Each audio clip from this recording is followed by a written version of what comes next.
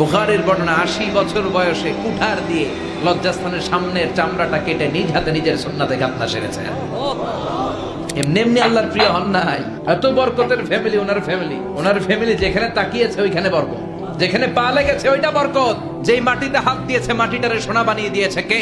প্রতিদিন ১২০টা রহমত নাজিল হয় এই কাবা ঘরকে কেন্দ্র করে। সিত্তুন আলী তাইফিন, ৬০টা রহমত যারা খালি তাওয়াফ করে। এই তাওয়াফের ইবাদতটা ওই জায়গা ছাড়া পৃথিবীর কোথাও করা যায়? আর ৪০টা রহমত যারা কাবা ঘরে নামাজ পড়ে। ৪০ আর ৬০ ১০০, বাকি রইল কয়টা? বাকি ২০টা যারা তাওয়াফও করে না, সালাতও পড়ে না, খালি কাবা ঘরের দিকে তাকায় থাকে। রাজমিস্ত্রিগিরি যখন করতেছিলেন বানাতে বানাতে আর নাগাল পায় না, আল্লাহ বলে এই পাথরটার উপরে দাঁড়াও। উনি দাঁড়ালেন। এবার যতটুকু উপরে ওঠা লাগে পাথরটা অটোমেটিক্যালি উপরে উঠে যায়, যতটুকু নামা লাগে অটোমেটিক্যালি নিচে নেমে যায়। কোন পাথরে আপনি ইচ্ছা মতো লাথি মারলো এখানে পায়ের দাগ করবে। সাইয়েদনা ইব্রাহিম ওখানে দাঁড়ানোর সাথে সাথে উনার ফুটপ্রিন্ট পাথরের মধ্যে লেগে যায়। কাবা ঘরের পাশে গোটা বিশ্বের মানুষের কাছে চিরম্লান করার জন্য, চিরস্মরণীয় করে রাখার জন্য কাবা ঘরের পাশে আল্লাহ এই পাথরটার স্থান দিয়েছেন।